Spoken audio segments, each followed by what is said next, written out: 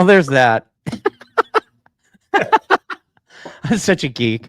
Hawk Mazzotta, what is up, man? Like, we've been friends for a while, and we go way back, dude. Like, what do you got going on, man? Like, you got some stuff going on.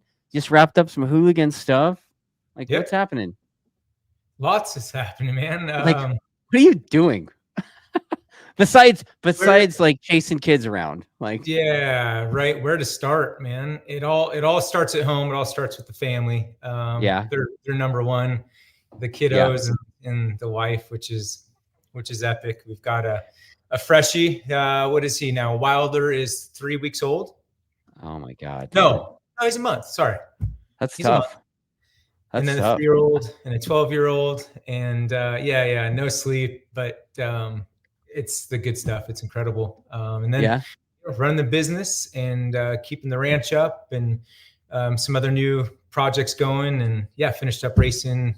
So good stuff, man. All good. So you were in racing this year. You were kind of developing a new motorcycle, right? Like that's Yeah. Yep. well, new motorcycle for the class anyway. Yeah, pretty much. The Yamaha. That bike's been around for more than a decade, right? Like that. Yeah, I mean, FZ09, MT09, like that platform's been around for several years, but like it's still kind of early days in the Moto America Hooligans class, right? Yeah, as far as I know, and there could have been more, but last year Dominic Doyle was on the Yamaha MT09 right. with Giacchetto Racing. Beyond that, maybe there was a couple others, but it's pretty much for me, definitely it was first time on the motorcycle ever even seen it was at Daytona for practice one. Right. So very new to me, and very cool motorcycle. Just development. Yeah. Can you talk a little bit about that Hooligans class? Because on the one hand, it looks super fun. Like, I mean, it looks like the most fun probably because there's such a wide mix and all kinds of brands and MV Agusta and, KTM and, everything. Like everybody has something in the fight. But it seems like the class, the way the rules are currently for this season anyway, the class seemed very heavily Harley centric. No? Yeah, I think so. The class in general, I'm getting that same comment right now at the same time. It's like, seems like if you're not on a Harley in that class, you can't win. I mean, I think that the rules will be probably changing a little bit for next year. We'll put it that way. I mean, it was pretty obvious that there was some advantage there, right. Because no doubt for the majority of rounds, because some racers didn't race all of them, but call it the top 12 or 13 riders are extremely talented, very talented, that on any given day, any of those riders could potentially win a race.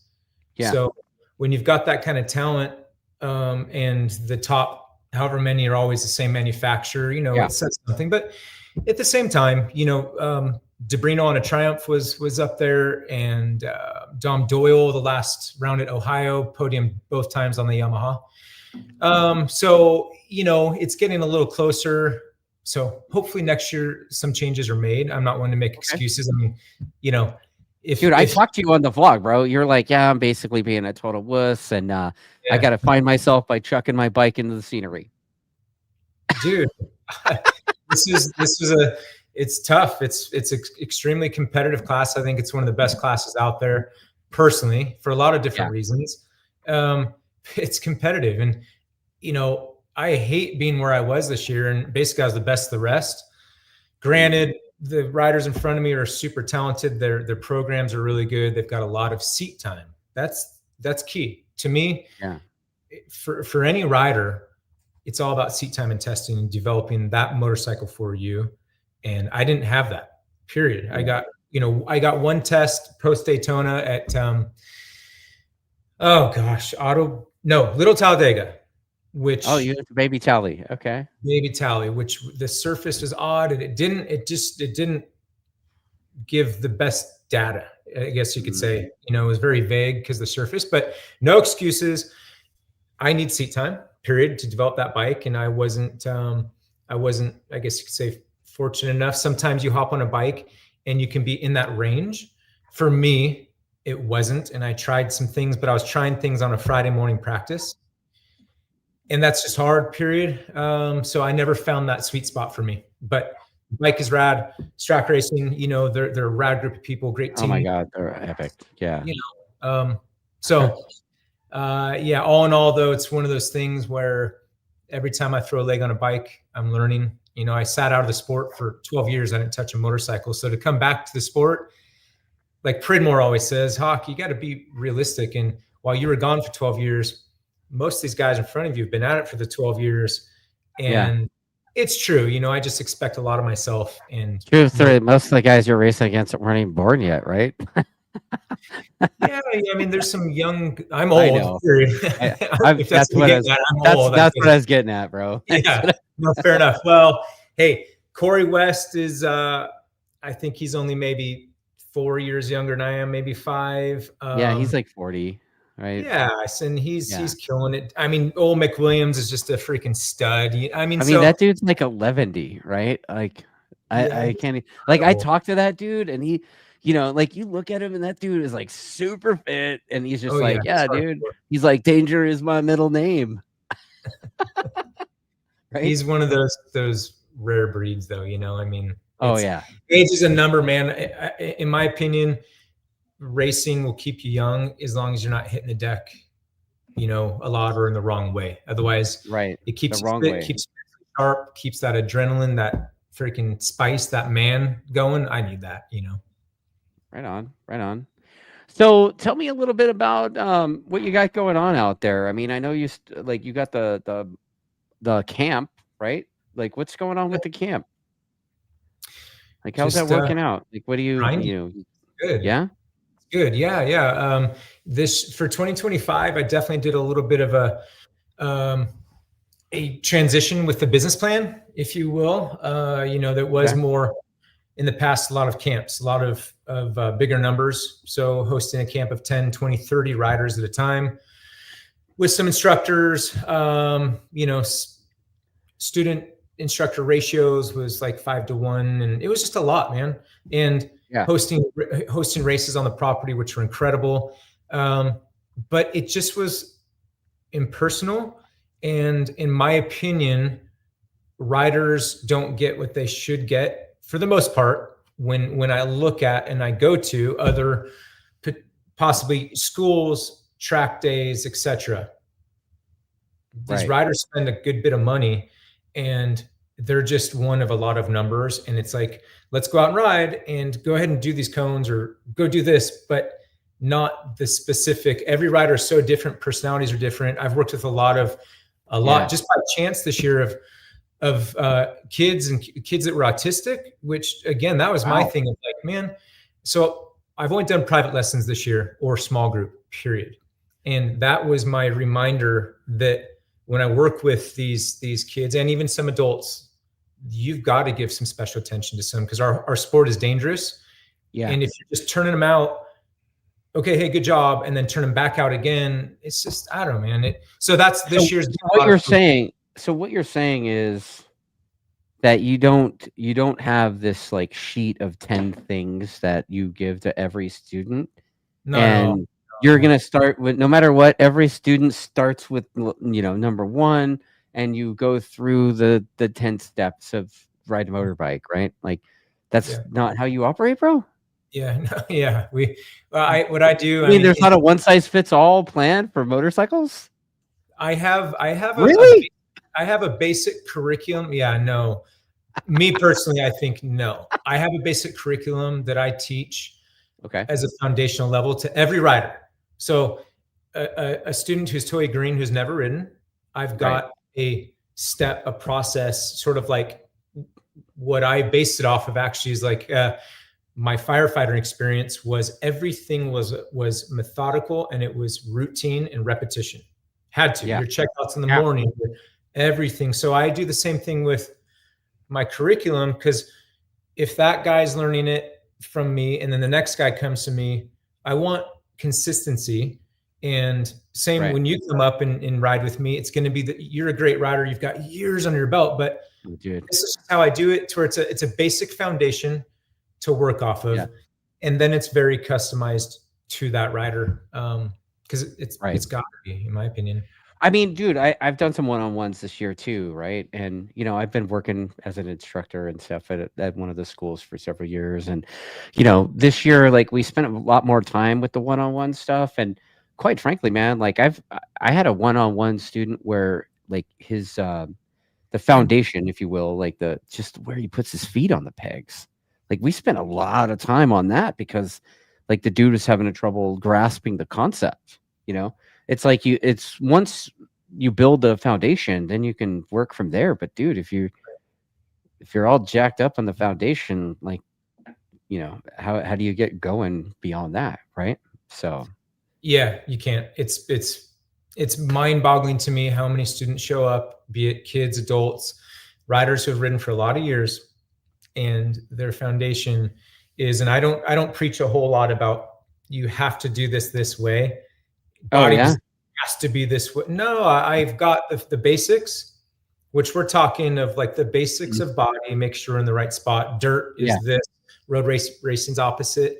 But I want, usage of that front brake and know how to use it. Because we want to go faster, you got to slow down. Majority of students come to me that are pretty green. Yeah. They only have been taught to use the rear brake. Don't touch the front brake. Well, because you'll get thrown over the bars. You'll get thrown over the bars, obviously. But this is what people are told, and they believe it, so it scares them. So anyways, foundation is key. And the lessons, the private lessons, has been the majority of the year. It's been extremely fun. I've loved it. I've been teaching on the property a lot in the dirt, and then at the Reading Motorsports Park, all the paved course training in a huge parking lot with a beautiful surface, cone drills, and we make a really cool road course. I mean, on a 450, you can get up to gear. It's big enough, and it's all you need. It's been incredible. So, what kind of bikes are you using for this? Like, do you have a fleet of Yamahas over there? Yeah. Thanking us to Yamaha. I mean, they've been incredible. My first year with them, they have flowed me a fleet of Yamaha TTR 125s, 110s. Dude, the Hitter 125s are like the best ever made. Like, you beat the disc brake. They have electric start now, right? Yeah, they do. They're awesome. It's like cheating. It's like back in the day, us kickstart the XR100s back in the day, right? I'm a fan of the kickstart. I would ditch the electric in a heartbeat. Really? It was just old school, man. I don't know. But I'm too old and needy. I'm too much of an old needy bitch to have a Kickstarter, man. Like, I need to have auto blipper now on everything. Oh, man, you're old like me. You shouldn't be into that stuff. Yeah, but you're techie. I'm not. Yeah, I'm a tech nerd, man. Like, yeah, dude, I like all that auto blip. Like, I don't even want to ride bikes without auto blip anymore. Like, that's just like, I'm a dork. Yeah, I'll own that, dude. I'll own that. Like, whatever. No, actually, I'm the one that needs to get hip with the times, is what it is. Yeah, bro. Like, you don't go back. We're not using slide rules to measure shit either anymore, dude. Like, I know. You know what I mean? Like, at some point, and I will say this, dude. I get a lot of these little sayings from hanging out with, who I hang out with, right? And we're not going to go back to flat slides either. Yeah. We're just not. You got to change with the times. Yeah, 100%. Yeah, and so I think because they're a huge part of this program it's all little bikes. All the training out here on the 125s, 110s, the 50s for the little ones is key. In my opinion, it's low speed, low risk. So you're finding those limits in a very low risk way. Much smaller window.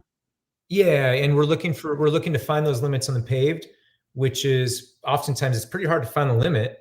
And when you do find them, you're going faster. You don't want to destroy equipment. So we will mimic and force ourselves in the dirt in first gear to tuck the front, to lose the rear over and over to where you've got that muscle memory, that feel. So we go to the pave. It's like, oh, I understand it now, Right. And then on the paved course, we've got some Yamaha Supermoto bikes, 450s, working to get into hopefully some Yamaha MT-03s.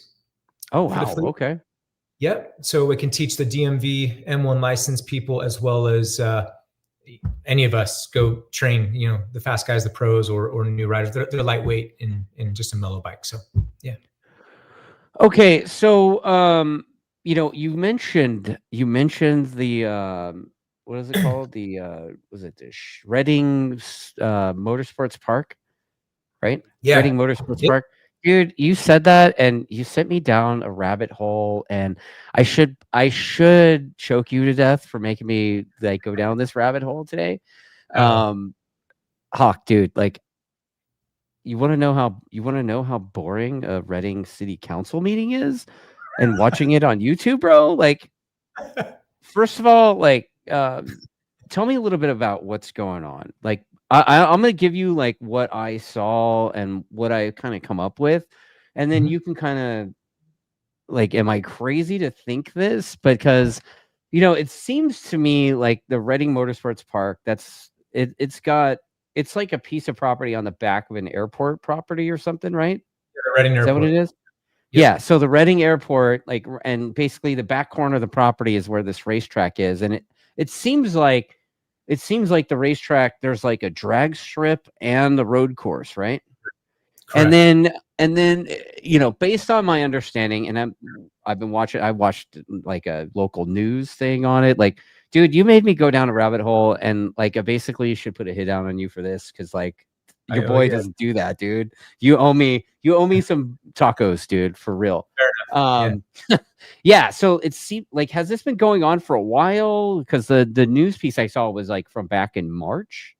Yeah. So Hmm. is that kind of where it started, or did it start long before that?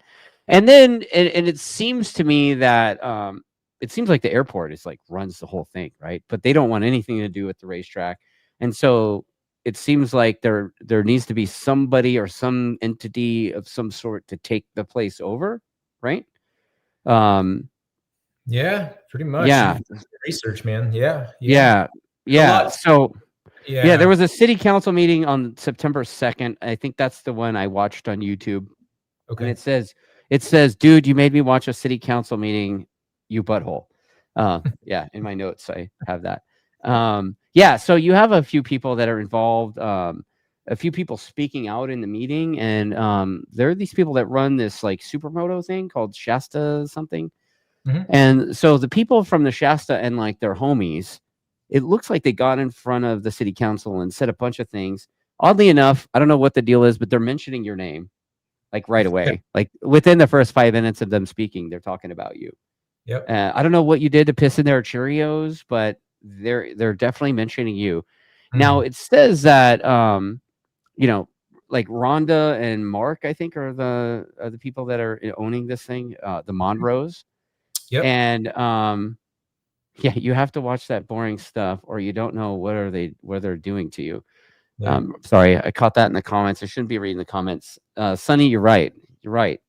Okay, so Rhonda and Mark both kind of share a little bit of history about themselves and about their experience in our sport, Hmm. and a little bit of their back history, right? And then Rhonda was very much colorful in her descriptions with you.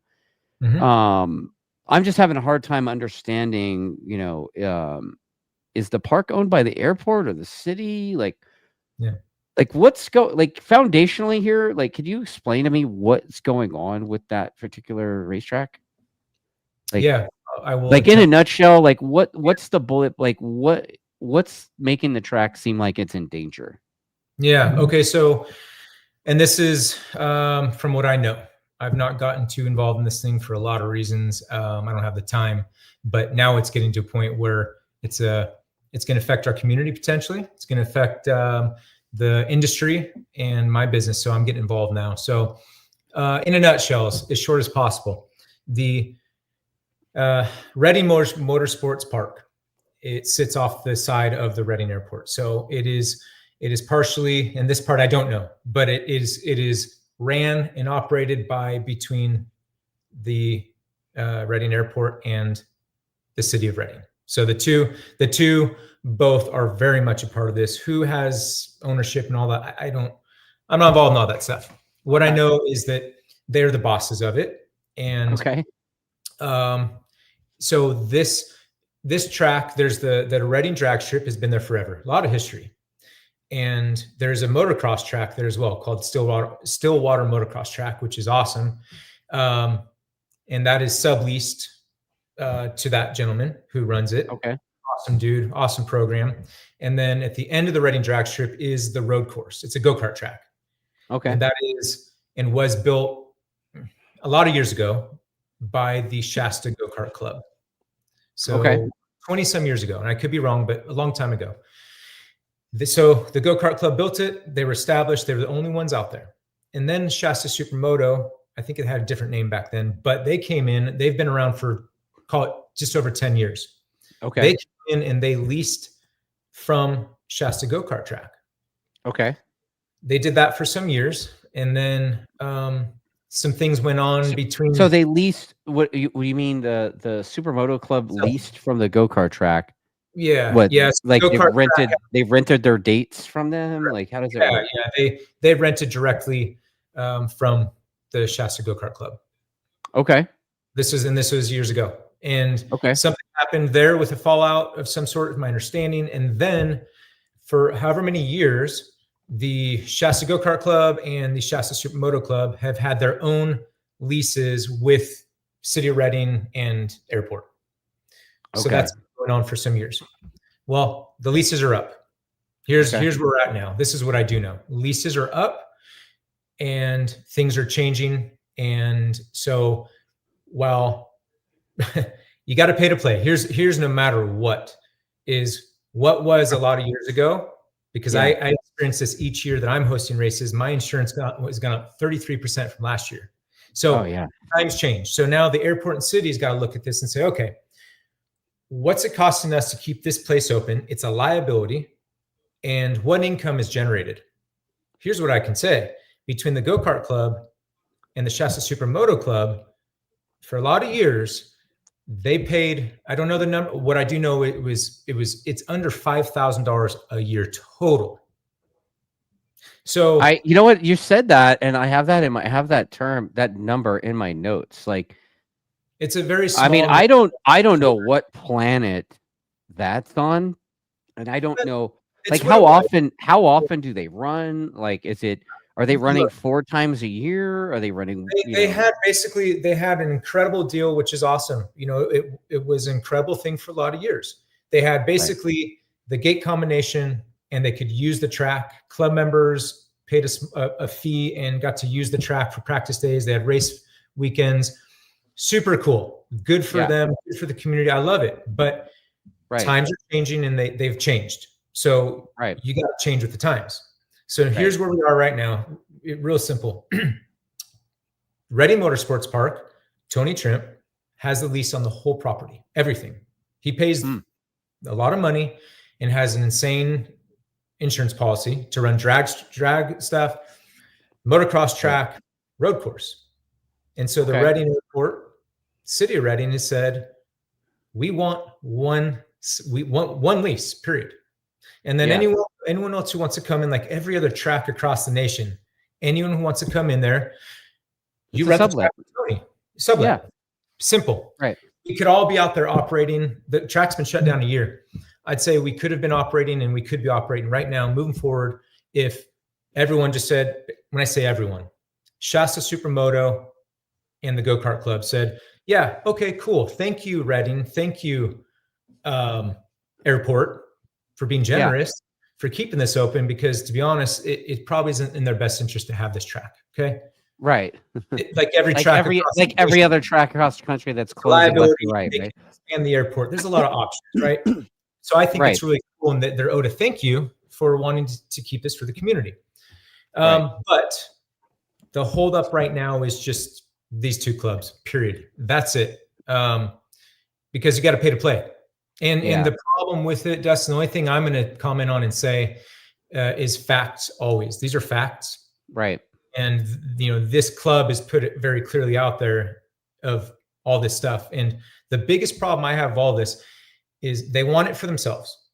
Shasta Supermoto Club. Like you're saying that, but like I watched the city council meeting, and I've been watching that particular club's social media, and I put the feelers out, and I got some emails sent to me and screenshots of things, and there's a term. Look, first of all, let's talk about the numbers. Okay. Like, you know, as well as I do, that I've been in this industry for a minute. Yep. And I've been hosting events at different racetracks. And when they said at the city council meeting that they were paying like $5,000, like, is that what they were paying annually, combined, or each, or like the Combined. cart guy? My understanding is the kart club and the Shasta Supermoto Club split that. So I want to say it's $5,000 a year, period. I mean, you know, I wish I could gas up the DeLorean and go back in time, right? So I could, you know, go back to Buttonwillow, and it's like $3,200 to rent, and insurance was like, you know, $600 for the event, you know, instead of like way more than that, right? But one of the things I'm seeing, it's a pretty common theme in their social media. And, you know, this is their post. Like, I'm going to read this, dude. This is from today, 6 hours ago. And it says that, that they've met with a city management and council member and came away encouraged, and emphasized that their club and their history should not be overshadowed. And they supported the principle of a, quote, non-compete safeguard for both the Supermoto and the kart club. So that was today. That was 6 hours ago, dude. And so what I'm getting at is the language that I'm seeing from them. You know, you're telling me the track's in the danger of going away, right? Well, and it's like, and everything that you've said. Yeah. Like what? Oh, are you good? No, sorry. Yeah. You froze for a minute. No, you froze when I was interrupting. No, I was gonna say, the track. I'm not gonna say that the track is in danger, or we're in danger of losing the track, because the city of Reading and the airport have been rad. They've been showing nothing but signs of, we want to keep it going. Let's just make sense of all this, and they got to get some income. So track's not in danger at this point. I want to say we've got about 10 years, and then there's a very good chance that this could all go away for a number of reasons. But no, the chance of the track. The thing is, what I'm saying is, like, I mean, you know, the city shut the track down's use, right, for a bit. It's been shut down for a year. I mean, yeah, so the track's been shut down for a year, and rather than working together, this is what I mean, I don't have any skin in this game, and I don't know these people. I mean, I know you, but I don't know anybody that was in that city council meeting. I don't know any of the names. I've never met any of them. I'm just basing what I'm saying to you and getting your commentary is what I saw and heard. And, you know, like I said, I heard the $5,000 to operate, and I was like, what? And then right after that, the guy, that Mark guy, was saying something about, and other commenters mentioned it as well, is that the big thing was shouting and pounding the chest, like, dude, we're not Sonoma. So, like, I don't know what's happening there, but dude, if you were paying $5,000 a year to operate, I got news for you, man. You were living in a dream world. Correct. And quite frankly, like, I mean, truthfully, I run a small regional track day program, and my insurance for the year is like, you know, getting close, knocking on the door to $40K. So, like, the fact that an org can come in and run, they think they can run an organization for $5,000 a year. That's amazing. You know, I mean, that's just, they're just going to mint money for themselves. But the language I'm seeing from them, and this is something pretty common I've seen on some of the literature I've been emailed, and people in the racing sport have texted me things, because I wanted to be prepared for this stuff, you know, and speak about it in an informed way. And the language they are using on their site today, it says non-compete. And so, like, if you're trying to salvage a place to ride for everybody, why the fuck do you want to put a non-compete and basically put you and anyone else that does the motorbike thing or go-kart thing out of business? Why? There's Dustin. That's the same. I'm on my calculator, and it ain't computing, dude. Like, it's been asked of me. I've got a lot of phone calls, and texts and people reaching out to me like, Hawk, what's the truth? What's going on here? Right. And, I'm black and white. I'm a super straightforward, blunt, honest dude. And I don't now I know why you're in their crosshairs on the city council meeting. Dude, I'll call it how it is. Well, here's the thing. Okay. What you just said is it. These people in this club have actually pushed for and are pushing for today, like you said, which is unheard of. I don't personally know of a place any track I've ever been to like this. There's a non-compete. Okay.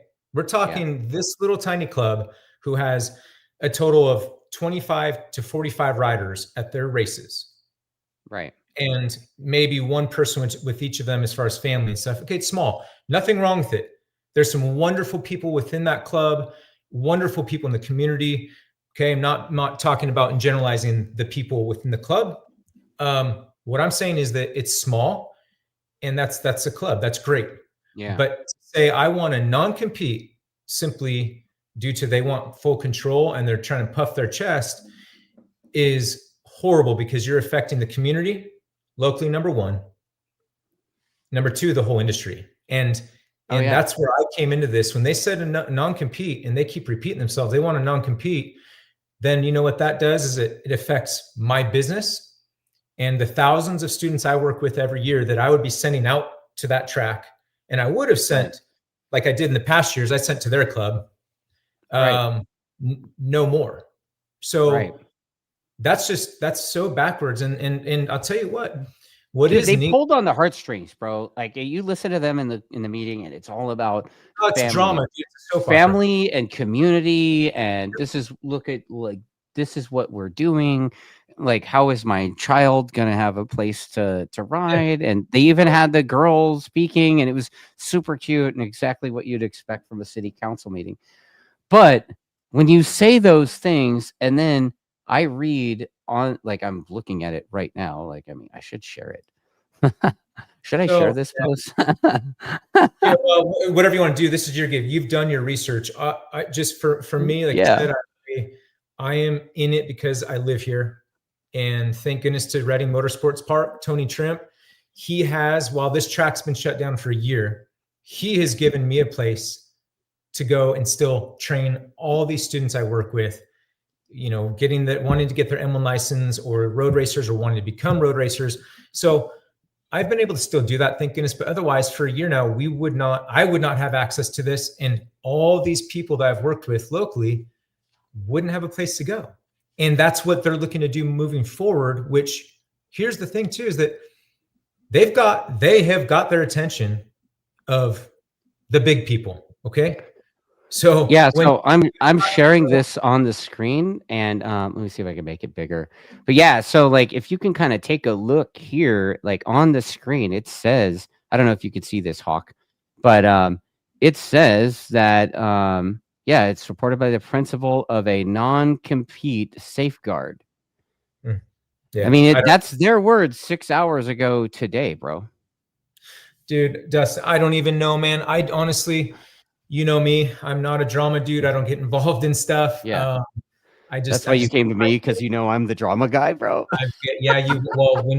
When you mentioned, I was like, here we go. Dustin's gonna know. But in this situation, it's good because this is small. We're in a tiny little town of Cottonwood, Reading. But here's the thing. Tracks are getting shut down all hella north. Especially hella north. California. Tracks are getting shut down everywhere.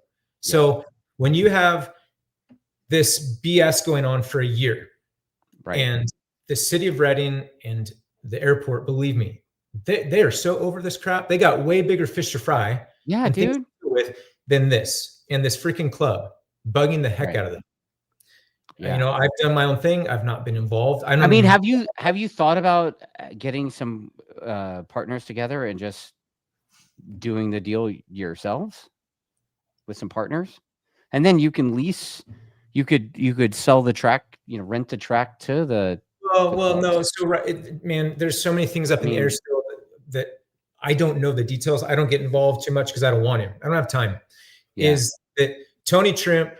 He's the one that's directly involved because he has the lease. He's putting the money out. The guy, thank goodness, is he's a great dude, man. He's been in the drag race world as a racer and promoter for a lot of years. Okay. So being a racer, he has understanding. He's a builder. He's a hands-on dude. He's out there working. Yeah. My kind of guy. Yeah. We get, well, you've got to look at this as a business. You can't look at this 100%. as, well, we're a little club and we want. What are you going to give back? Because here's the thing. I could become a club. I got thousands of people I work with. I could become a club and I can try to finagle my way in through the airport and city saying, oh, but I'm also a nonprofit because these other people have found these things of, if you're a nonprofit, then you get these special gifts, you get lesser prices, you get this. And so they've attached and calling themselves a nonprofit because of this Shimoto's, which is this lady Sheree Cano's nonprofit. It's not how it works. You don't get to just say, oh, we're a nonprofit because we partnered. Sorry, guys, not how it works. So they're trying everything possible to just backdoor it, man. And it just seems like it's like standard California politics, dude. Like liberal, I'm a dumb motorcycle guy. I care less about all this stuff and drama. Yeah. Shasta Street Moto Club, go do your thing, run your events, be at the track. No one's kicking them out. Their whole thing is we're being forced out by the big guys. No, you're not. You got to pay to play. And if they get granted, their track time, I'm stoked for them. Go do it. But what you shouldn't do ever is say, well, basically it's a monopoly. That doesn't happen. That's very un-American. You don't get a monopoly. Right. And you're taking from the community and leading into, I'll mention something we'll get into, I'm sure, is this really neat series that we're hosting next year. Let me say this one thing. I want to end it here because I know you love this stuff. I could see you getting fired up, bro. But I was just I just don't do drama, but it's just confusing to me. And it's now taking my time and it's affecting my business because they're involving my name and my business name, which I've got Bike 911, the best motorcycle attorney in California, who will handle that business. Thank you, Alex. I should thank Alex too, actually. He's such a stud. But here's the thing is that it's now affecting me, my business, and it's affecting the community. And now it's affecting this series, which we'll talk about. Right now, Shasta Supermoto is the only holdup for us to move forward with the series we're putting on next year, which we'll talk about. Yeah. So if they got a non-compete, we would not be able to hold a Moto America Mini Cup qualifier, AMA, Supermoto, and all these other incredible things we're doing next year at that track. So, dude, is that thing that you're working on with Hopkins and Tyler we solidified it. What's the other guy's name? Pierce. Yeah. So to end this part, anyone out there who wants to know what's going on, feel free to reach out to me. Yeah. If you want this Golden State Championship to happen next year and have a race at this it really is a beautiful track here in Redding, and a lot of other really neat races. Come one, come all, man. For the sport, for two wheels, support Redding Motorsports Park and what we got going on. Bronson Pierce, John Hopkins, Tyler O'Hara, the Golden State Championship, myself, because if you go under this silly route that they're trying to head, Shasta Supermoto with a non-compete, we won't be racing there. No one will be using this track. So support it. However that looks, I don't know. But you're the man, Dustin, with all that stuff. But share your piece. Have a voice, people. Stand up. Shasta Supermoto. That's it. Good luck to you. Good luck to you. Public, and I'm going to put it public too. So, yeah. And the thing is, like, you noticed, I noticed that you didn't mention them until I pointed them out based on what I found. I just started Googling and I found all this stuff. I was just like, dude, it took me 5 minutes. Like, it's out there, dude. They're putting tell me, never mind them, dude. Like, tell me about this new thing you're doing. I got this fancy logo from you. Like, I don't know. What do you guys think of this? Like, tell me about this Golden State Championship thing. This is something, man, I'm so excited about this. So, I've been hosting my own races for some years, locally, flat track and TT and some motocross races, some supermoto. Well, I've wanted to do something for years that's California, whether it be sort of the old Grand Slam, which is road race, flat track TT, or just road race. But I've wanted to do something California because California is such a huge state. So after last year, Tyler O'Hara and I sort of collaborated on an event at Sonoma, and it was absolutely awesome. Tyler's just such a great guy. We're very similar. He's just a wonderful human being. It was so good to work with him. Yeah. Moto America was so great to work with for it being a qualifier. The turnout was like, it gives me chills, man, because, it sort of sometimes seems like the sport in ways at go-kart tracks, mini stuff, supermoto is sort of dead. Okay. Right. I mean, small grids, AMA supermoto has been definitely hurt really bad. Right. And we got a turnout that was like, build it and they will come. The demand is there. And there was so many riders of all ages, all disciplines, man. And the vibes were so high. It was like the vibes, the energy. There were people out of the woodworks, old, like my age or older, that I used to race, we would have raced against, that showed up like, dude, I'm going to get my leathers out. I was like, uh-oh. It was so good to see that. Yeah. After that race, I just was like, man, I'm all about collaborations. Had some talks with John Hopkins and, trying to link up with him in Ovale. Yeah. Bronson Pierce, we're always talking shop. He came out and trained with me this winter. And then Tyler, so I said, here's my thought, boys. What do you guys think if we collaborate? We do a Golden State. It's a California championship from Southern California to Northern California.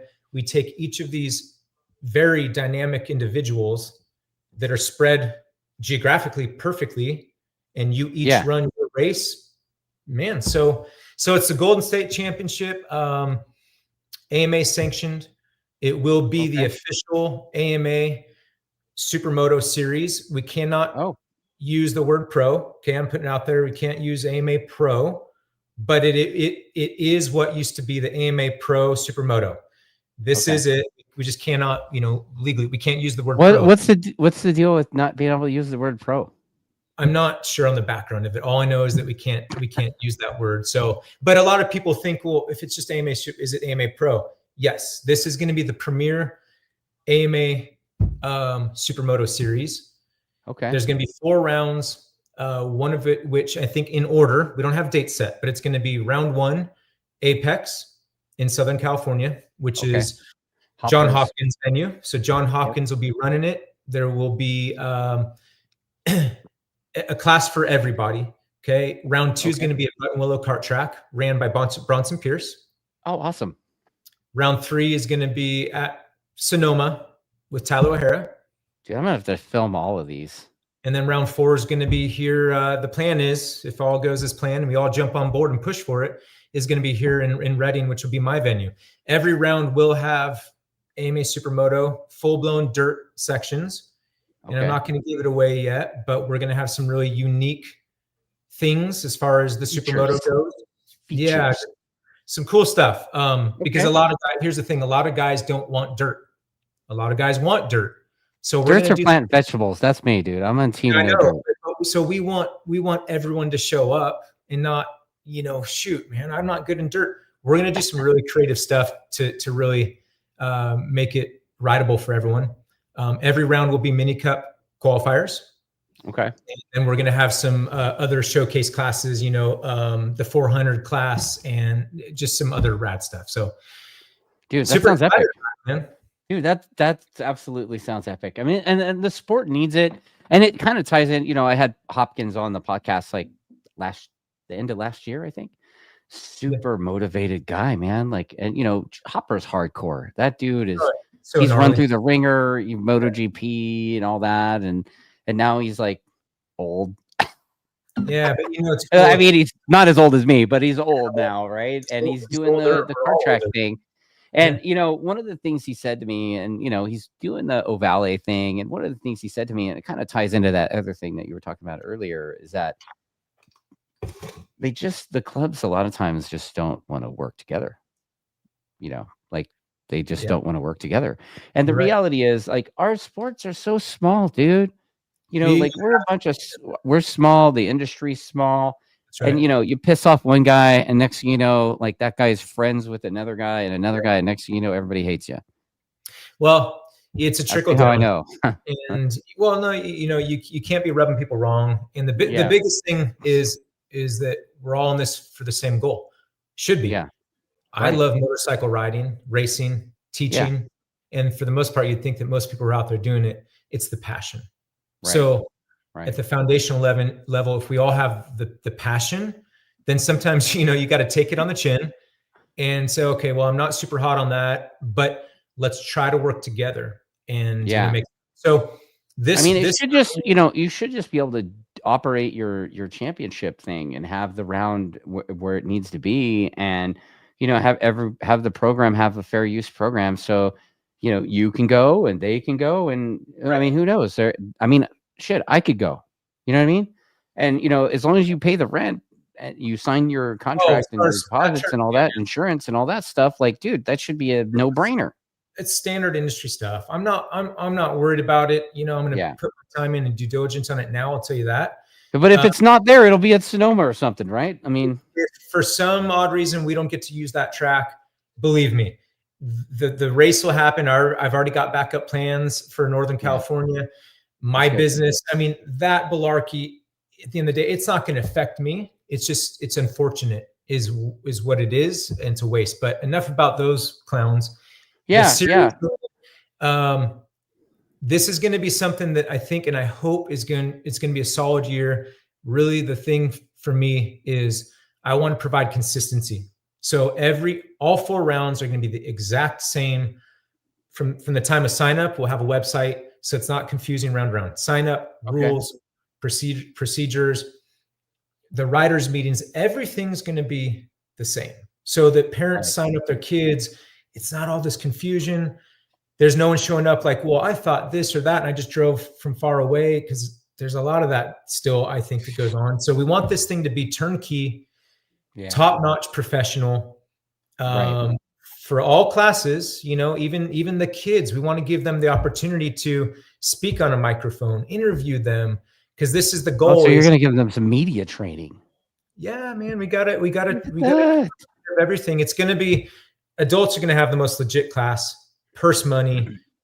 We're going to have this thing really big on that regard, but the whole goal, no matter what, you got to think of the future, and you got to focus on the kids and make it really easy and safe for them to get into it and parents to get into it, which is another part of this. Hopefully, I know as of now, I think every single race event will have, either on the Friday or a Saturday, it will have one of my Hawk Mazzotta motocamps schools. Okay. Where we will take students on classroom time while others are on track. And then I and other instructors lead them on track, lead, follow, understand where the track goes, flags, safety, so that they go into a race weekend, safe and confident. So basically you're teaching a new racer school. Exactly. Correct. It's funny that you say that, because I heard your name brought up today. The dude that runs that Go Moto Racing program. And so Go Moto Racing program. Steven. Yeah. So the Go Moto Racing program, it's like a thing it's like a program to like promote racing. And they promote racing without regard to what org it is. So it's like, if I have a student, if I host a new racer school and they pass new racer school, dude, they've set up with the clubs to where, if they pass new racer school with me, then, and they race, it's not just that they pass new racer school, but they grid up and actually race with that org. I get a check. Oh, that's awesome. I get a check. And I'm like, hell yeah, dude, let's keep doing schools. Let's grow. You know what I mean?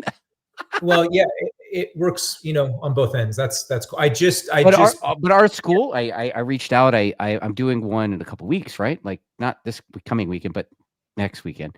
And on Sunday we're doing a new racer school. And dude, I talked to AFM, and for years AFM was like pretty resistant to giving me the pass to do to do licensing. But I'm like, I was doing it already for years with WSMC and then CVMA when we started that one, and CRA. It's like, dude, come on. We do schools for new racers. And like the rules are pretty similar. Like enough time, right. But the thing is having that standard, right? So that now they're receptive. They're receptive. Just go ahead and sign these people off. I just by chance in the last couple of days spoke with these gentlemen so I can do it through AFM and CRA. So I got the green light. I've got to do some paperwork and stuff, but I will, same thing. I'll be able to sign riders off as a new racer school through me. Oh, hell yeah. Race, which is, again, it's just getting our You know what's really cool too is knowing that you teach it. If the guy I usually normally use for that, I could call you up and be like, hey, Hawk, can you teach a new racer school? And you're going to be like, yeah, bro. Or you know what? So I think it's cool. I think it's I think that's positive for the sport. You know, like you, I like the sport kind of weighs on my shoulders, right? Because it's like, dude, like, what's going to happen?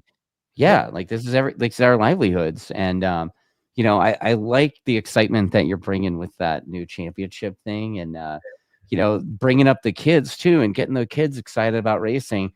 Next thing you know, you got an entire generation that's coming. You know, that's that's the plan. You know, it's got to start somewhere. Yeah. And how much of massaging the parents you got to do? Like, get them on board, or are the parents mostly already on board? I don't know. It's, you know, with hit and miss. Yeah, I work with so many kids that I would say it's just hit and miss. But you know, it starts with the parents if they're kids. Period. Right. They're the ones that they have to pay for it, and it's their kids' safety. So I see a bit of everything. I mean, I am and have been working with some pretty phenomenal families that that I'm really excited that are going the direction of road racing. I mean, that's my jam, right? I mean, I love flat track. I love all two wheels, but I want to focus on road racing. And I've got some pretty incredible families and kids and a lot of talent that I'm starting to work with. And we're looking at these long-term plans and goals, which is you got to align with AMA. You've got to align with Moto America because they're doing great things, man. Like, you know, they're trying stateside. Yeah, dude. Absolutely. You know, there's always going to be people that knock anything and everything, no matter what, especially these days, these old keyboard warriors. We know that. Oh, dude, like anything I do, it's like hate every time. For the qualifiers are awesome. And so all we can do is do something to help, which is provide a series, provide places for people to go. So families don't have to drive they don't have to drive all the way across the state. We're going to have a qualifier, SoCal, you know, Buttonwillow-ish is, I guess, SoCal sort of. We're trying to spread out. No matter where you are in California, you shouldn't have to drive more than 3 or 4 hours. Well, the thing is, you know, to add to that too, like Hopkins was telling me that the main reason why he wanted to do this is and he pointed at Christian Daniel, and he was like, you know, so kids like that don't have to move to Spain. Like that's like, never mind commuting longer than 3 hours, bro. Like I'm talking like Christian and it moved his whole family across the world, so Junior could go racing.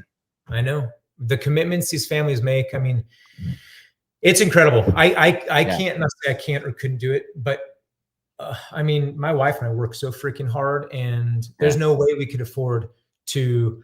If our 12-year-old's like, Dad, I want to go race, you know, we would try. But I don't want him racing, and he's so freaking talented. I'm just stoked that he likes to just have fun and ride, which I'm good with. But it's a lot to do. So anything that we can all help to make this process for parents easier and riders, adults, whatever, and safer, then we got to do that. And I'm in the position to do it. This is what I do. So, you know, dude, I'm stoked for you, man.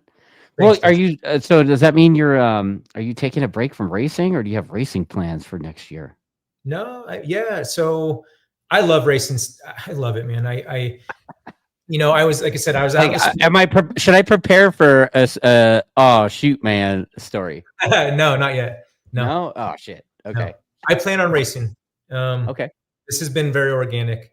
I started racing in 22 after 12 years off. I've raced each year since 22, you know, and it's been challenging, but I love it. And if the opportunity doesn't present itself, no worries, you know. But as of now, I love racing.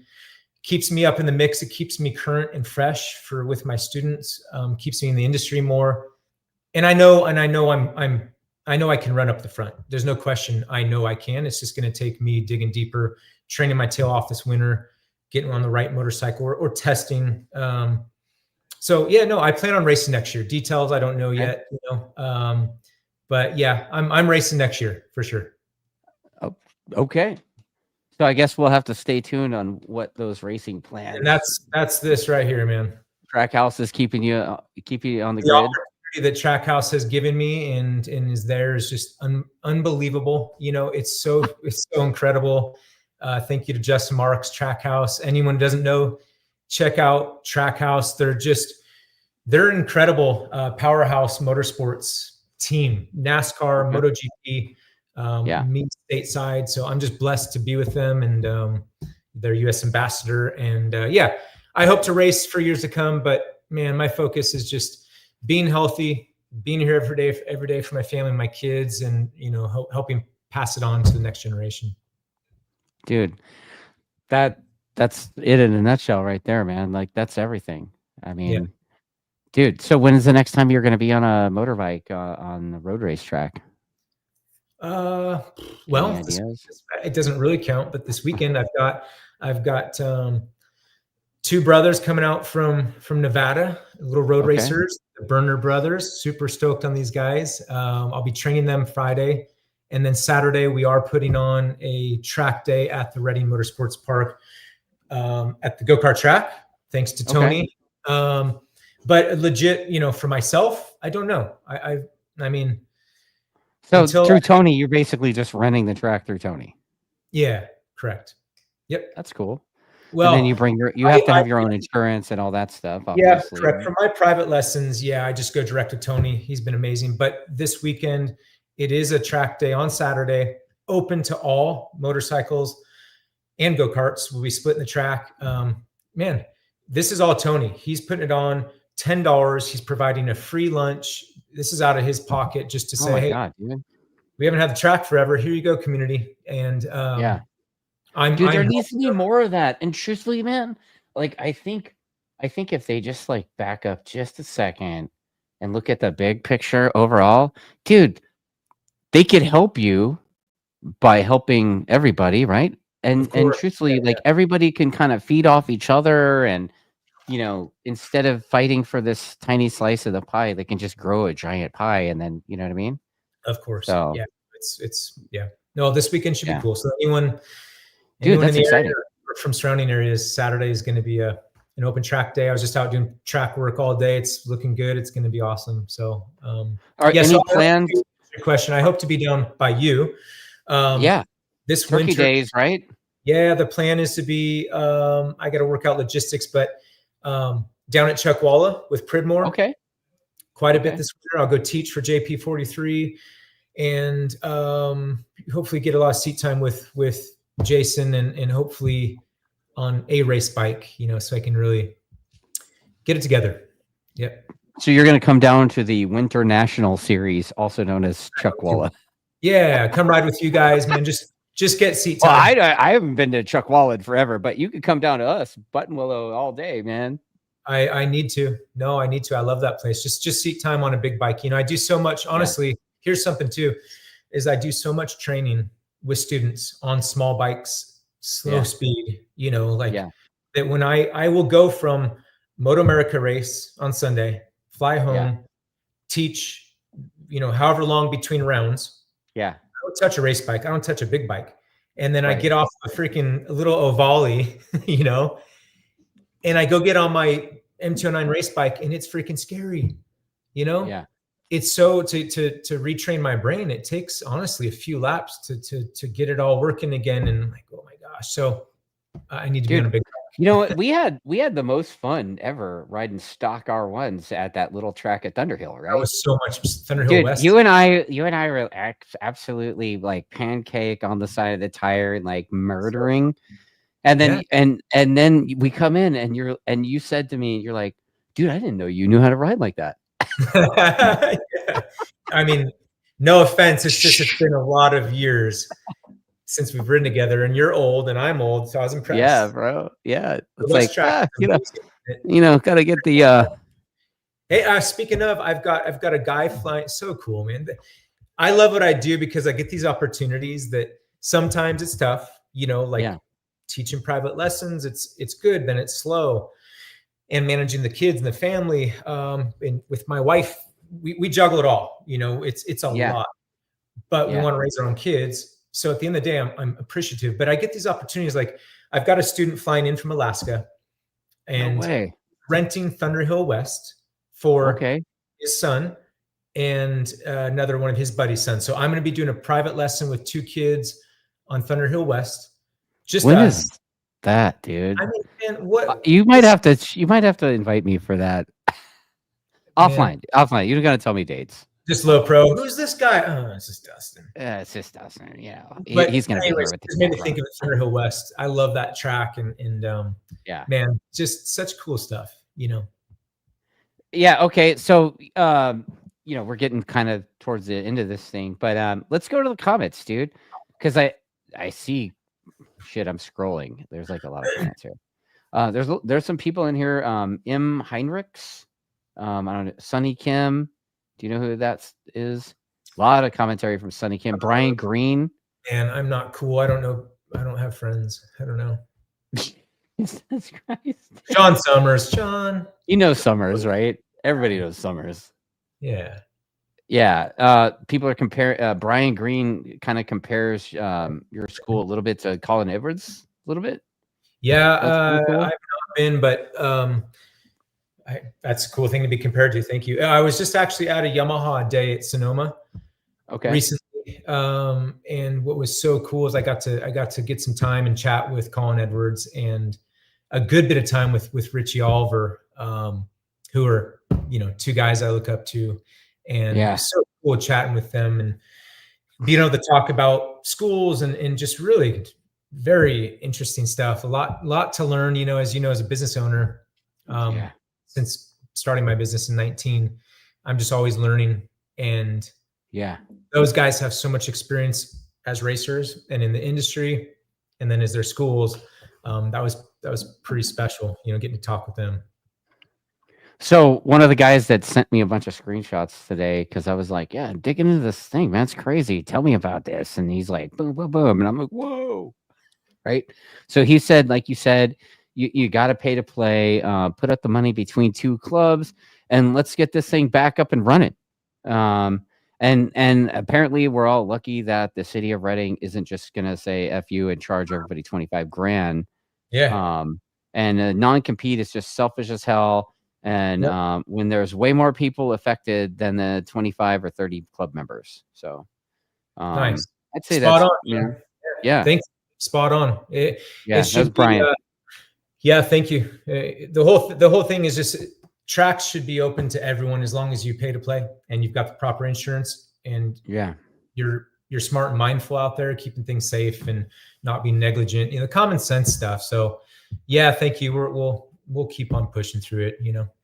And then there's some pretty funny stuff. There's a guy talking about all the Instagram photos. Yeah, like all the Instagrams, the Supermoto dudes are just backing it in and sliding, and like none of their stuff cares about dirt. That's what I see.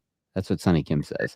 All right. Like everybody does Supermoto videos. You don't see them in the dirt, bro. Like you see them backing it in on the pavement, you know, all sideways and shit, right?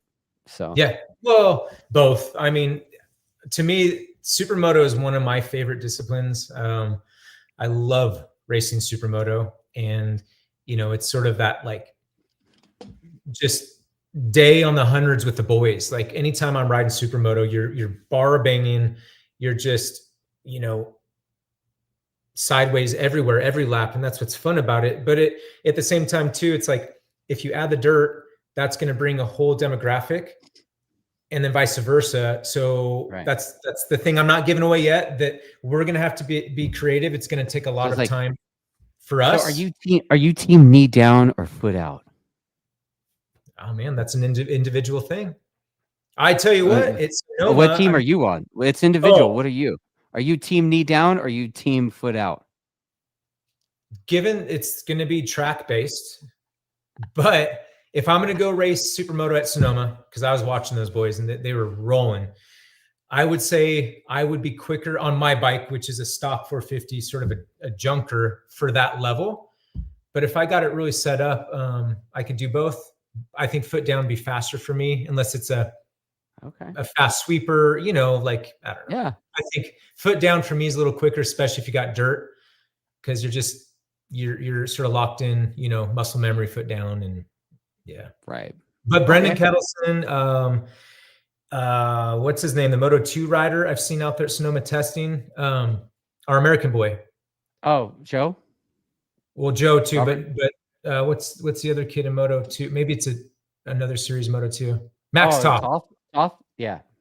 He's riding out there knee down, on Monday practice days at Sonoma, freaking ripping. Yeah. So anyways, that's what's cool about Supermoto, man. I'm really excited about it. It's going to be some really good racing. I think the series is going to bring out a lot of riders, a lot of older guys from back in the day, a lot of new riders. We're really going to work hard on getting the dates out as soon as we can. Okay. We're just waiting on a couple things, but we should have dates. I'm hoping the next 2 weeks. Dates, rules book to publish, right? Yeah, all that's going to be coming, I would say, in the next couple of weeks will be everything, all the details.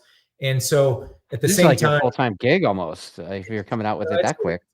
It's a lot of work, but we want to see this thing really succeed. So the sooner we can get dates set, families, riders can plan, and then we can start really hitting it hard, finding partners to work with and sponsors, because we want to provide some good purse money contingency for riders. And my thing is too, not just your premier class or classes.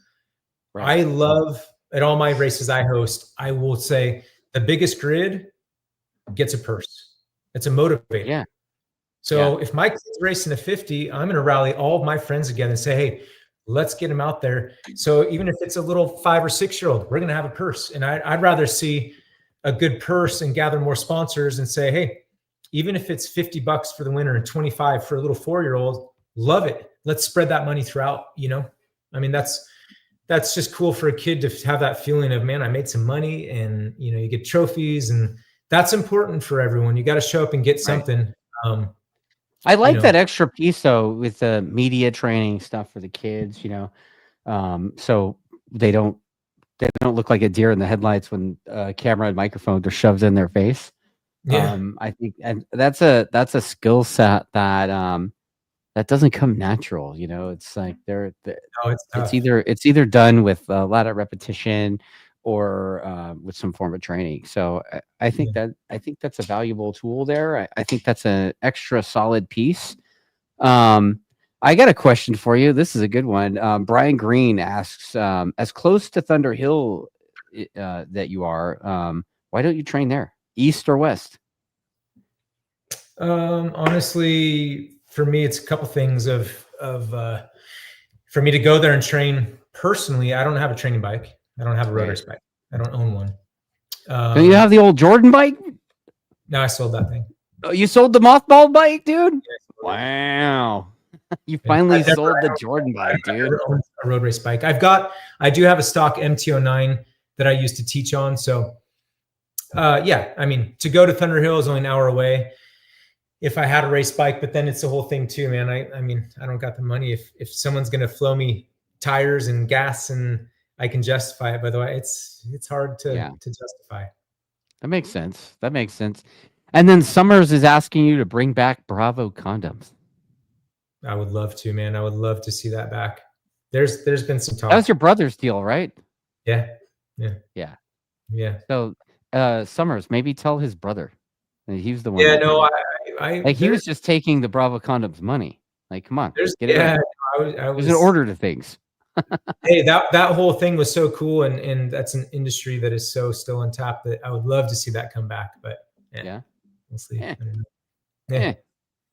So how about you, Dustin? We've talked about getting you up here, and I'm working on some stuff. I don't know if I'll just say it, dude. I'm working on something in the background for like a new kind of, I guess you could say, channel kind of thing. Like it's more than a YouTube channel, but I'm working on something in the background, and like it definitely we're talking about it. And I talked to you before, like I think we'll go up there and do the thing, right?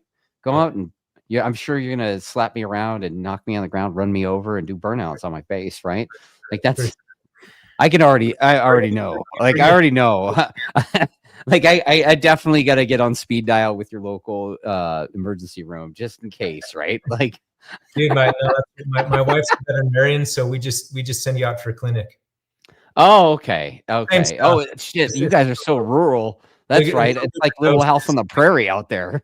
It might be a cow or horse dose, but it's all good, man. Okay. Okay. Okay. Yeah. No, Oh, you take me to the vet. You take me to the vet. Yeah. Oh. Yeah, we're in Cottonwood, Dustin. Cottonwood, Yeah, man. dude. I super would love to come out there and do that with you. You know, I mean, you've come out and ridden with me over the years a couple of times here and there and stuff. And you know, early on when you were racing back in the day when we were doing the WSMC, you rode with me too back then. And you know, it's always fun, like to 20 plus years later, still be friends and doing crap, right? It is really cool. Yeah, I'm down, dude. I'm super down. Summers is like about like I think he's so excited he's all caps typing in the comments. Yeah. So, yeah, like it's. I know we got to get Sean up here and do some riding and training too. Yeah, I'm sure he'll have kind of the Sean Summers cool guy cartoon character stories to get himself in there too. But yeah, I'm super excited to do something like that. And truthfully, you know, we have a lot of coaching stuff too, and people, maybe I could set it up at some events next year. Maybe we could set up a checkbox or something that you could hit a checkbox on the website at registration, do a coaching session with Hawk. That would be amazing. Yeah. You down? I mean, shit, I'd have to pay you a little bit and W-2 you or whatever it is, 1099 you or whatever. But hey, I'm in. Heck yeah. Yeah, dude. Yeah, let's do something like that. I think that would be cool, man.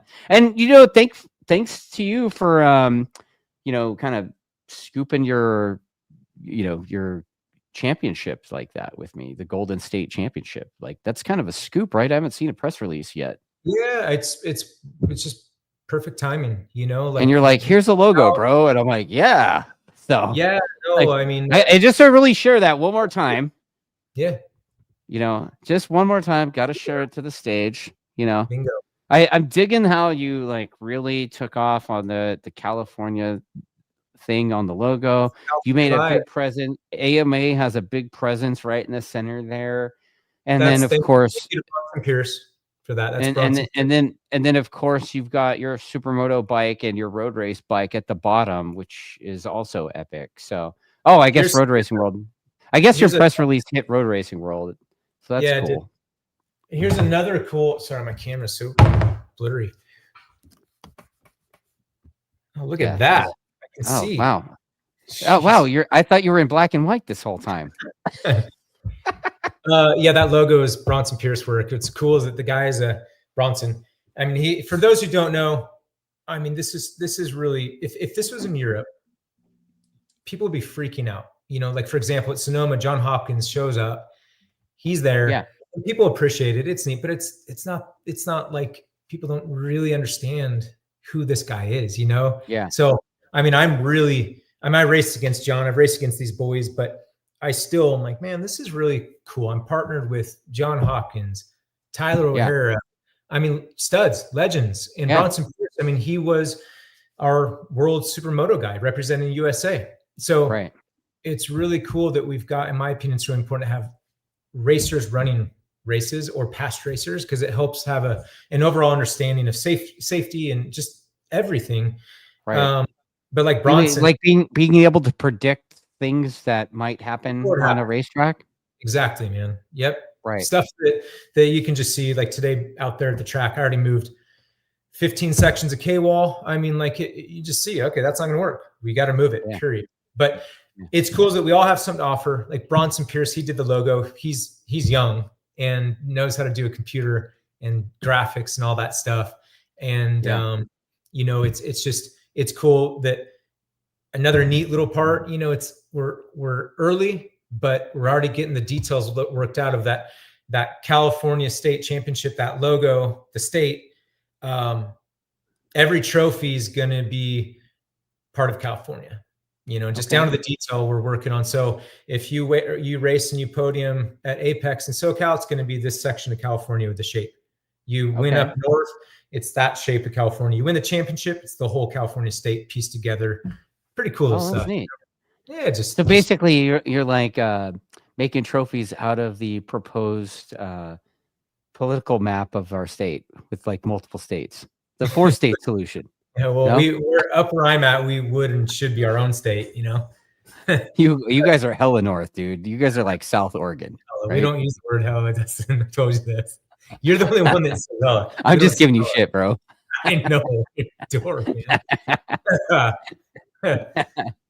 Yeah, different part of California that used to use that, and it was like out near this area called Humboldt. You might have heard of it. Oh yeah, I know. Yeah, there you go, and everything that goes with that. Yeah.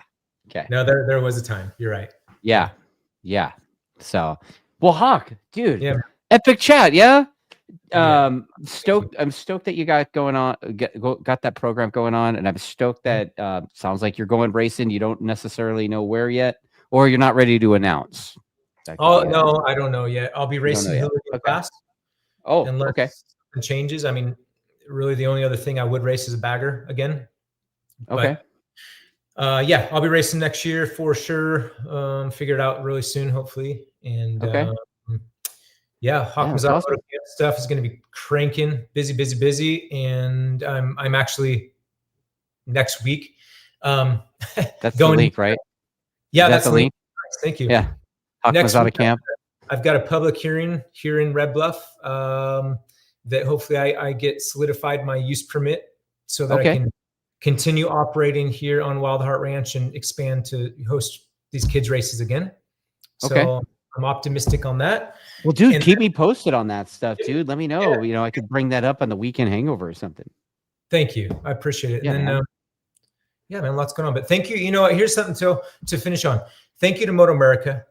Thank you to AMA. Thank you to USMCA. I've had, since this BS has been going on with the Reading deal and the Shasta Shoot Moto Club, I've had, here's something I'll say too, it's a small industry. And when there's always people watching, and these big motorcycle industry leaders like AMA and Moto America and, you know, United States Motorcycle Coaching Association, they have people watching. And when they see things, it's good because it creates a standard for our industry. Right. And thank you to them. I got to say a big thank you because they're keeping the industry straight. And I mean, Moto America is doing a great job. They're supporting me, you know, and they want to, again, we all should be the same goal, which is to just, you know, push and promote riding and racing. That's the whole thing AMA is, right? Rights, riding, racing. And they've got to it, man. They've been wonderful. So I got to say thank you to them. And we all need to, I know there's a lot of negativity out there, but really be thankful because that's all of this is what keeps our industry going, is supporting AMA. Pay your dues, you know, pay your subscriptions to Moto America Live Plus. And this is what we have. And it's a lot to do, you know, Dustin, to run what you run. It is so hard. There's so much to do behind the scenes. So I thank all of them greatly and supporting me and supporting our vision with this series. And I thank Reading Airport and City of Reading for wanting to allow us to stay out there. You know, you got to be thankful. So, well, Hawk, I wish you the best of luck with that stuff. And you know, truthfully, I super I dig everything that you got going on out there. I mean, our sport needs more of that to happen. But it's refreshing to see it happening in certain places. And the fact is that you've got most of the state of California covered, which is, you know, like it or not, that's where most of the motorcycles are. You know, I think it's pretty awesome that you guys are partnered up and doing that. So thanks. I hate using the term, but like keep fighting the good fight, bro. You know? Yeah. You know, it's the word I use. You're not using that, dude. This whole thing, everything that's put in writing is fight. Yeah. Look, we're in a war. It's like, you're the only one that's fighting. Not really. There's no fight here. We're just, you know, all trying to be, you know, professional and adult and see the big goal. But we'll keep on, keeping on, and right on. Look forward to getting you up here, man. Well, yeah, I will definitely be up there. We'll make some announcements, and again, with that other stuff that I've been talking about, like I kind of briefly touched on it, there'll be an announcement at some point. Right? Yes. Yep. Yeah, let's keep doing the fight. Let's keep Thanks doing the thing. Thanks for putting me on the show. Thanks for everything you're doing for sport as always. Thanks for talking a lot of smack. You're always entertaining. Yeah, well, you know what? Keep going fast and taking chances, buddy. All right, I'll try. Right? I take chances, but the going fast I got to work on. And the big thing is really, I want to thank everybody for watching this stuff, and thanks for chiming in the comments. If you like or agree with or disagree with what was being said here tonight, feel free to let me know in the comments. And who knows, maybe I could bring Hawk on, or I mean, and see what's what. I mean, anything that you guys have to address, maybe I could bring them up to Hawk later. But dude, if you like this thing, let me know. Let me know. Give me one way or the other. If you love me, hate me, let me know in the comments. And mash all the buttons and like and subscribe and share and all that stuff. So, other than that, Hawk, buddy, thanks a lot, and we'll catch you on the next one. Heck yeah! Thanks, bud. See you on the grid.